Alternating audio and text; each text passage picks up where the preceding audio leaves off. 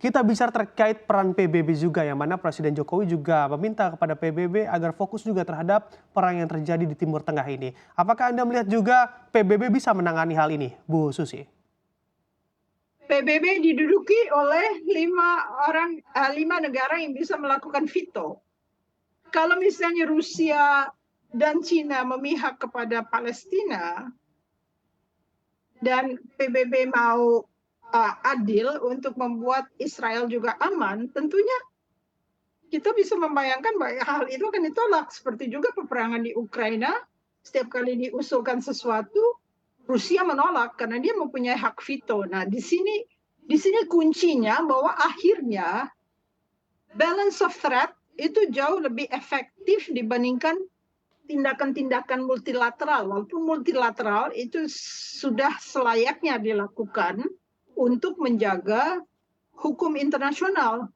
Itu saja, tetapi selebihnya kekuatan di wilayah yang berkonflik itu akan menentukan apakah ini akan melebar menjadi satu desakan untuk melibatkan seluruh negara-negara Arab karena ini menyangkut sesama kalangan mereka, atau sebetulnya Amerika bisa mengkoordinasi suatu kekuatan yang mencegah meluasnya perang ini.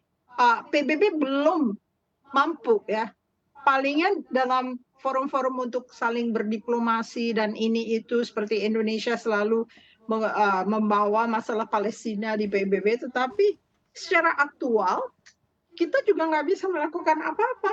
Seperti dikatakan, the strong will do what they can, the weak suffer what they must.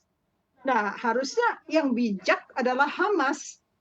Dia menghadapi satu kekuatan yang super besar dan menyangkut survival, tapi mereka tetap melakukan gangguan yang membunuh Israel yang tidak menyebabkan konflik tersebut terjadi. Walaupun seperti saya katakan, prime movernya abu-abu ya, kita belum bisa melihat benar apakah konflik ini terkait dengan konflik di Ukraina atau tidak. Karena masalah defense spending yang terkendala di US Congress. Jadi Ukraine di-stop bantuannya. Kalau misalnya terjadi konflik berikutnya, tentunya dengan serta-merta Kongres akan mengupayakan karena Israel selalu dalam perlindungan Amerika Serikat. Oke, baik. Bu Susi, apakah dari pernyataan Anda juga dapat diartikan perang akan selesai apabila ada yang kalah atau ada yang menang, Bu Susi?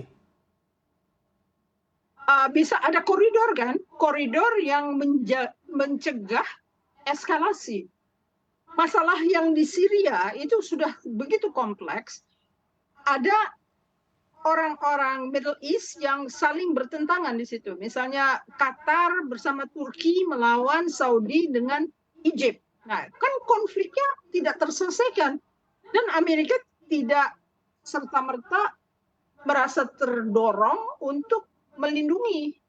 Kalau Yahudi, kalangan Yahudi dan Israel, mayoritas rakyat Amerika itu kecenderungannya untuk simpati terhadap Israel maupun porsi jumlah imigran Yahudi di Amerika Serikat cukup kuat, dalam artian dia kuat dalam pemikiran, dia kuat dalam politiknya, sehingga akhirnya Amerika akan terdorong untuk menjaga. Beda dengan Syria misalnya.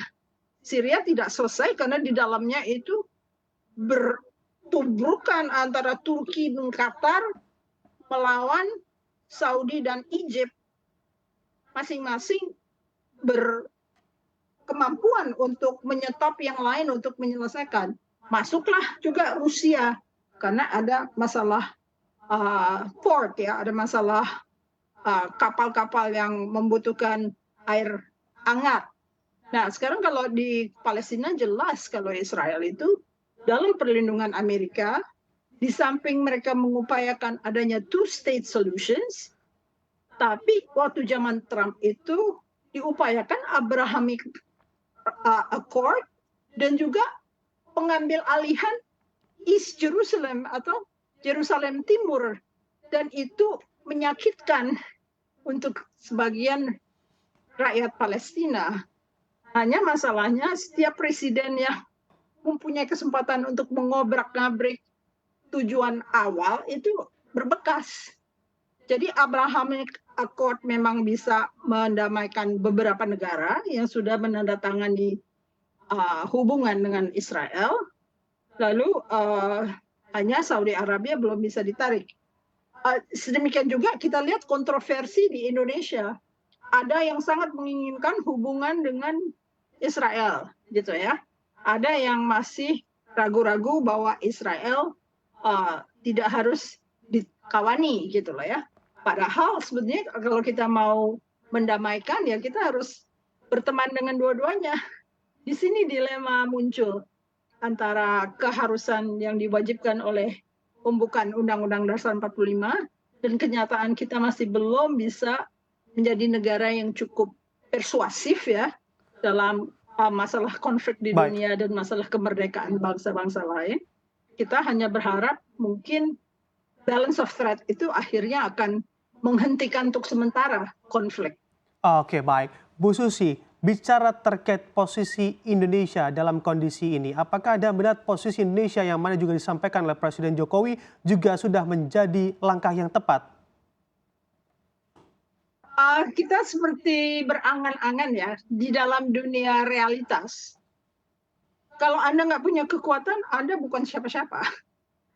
Jadi kita bisa saja menjelaskan dengan mempersuasi bahwa kita menghendaki kolaborasi, menghendaki perdamaian, tetapi kalau kita bukan pelaku yang mampu untuk menghentikan kekerasan itu, seperti Amerika datang untuk melindungi Israel, tentunya akan meluas perang ini karena negara-negara Arab juga sudah sangat khawatir bahwa ada isolasi dari para korban, nggak dapat obat, nggak dapat makanan dan sebagainya. Jadi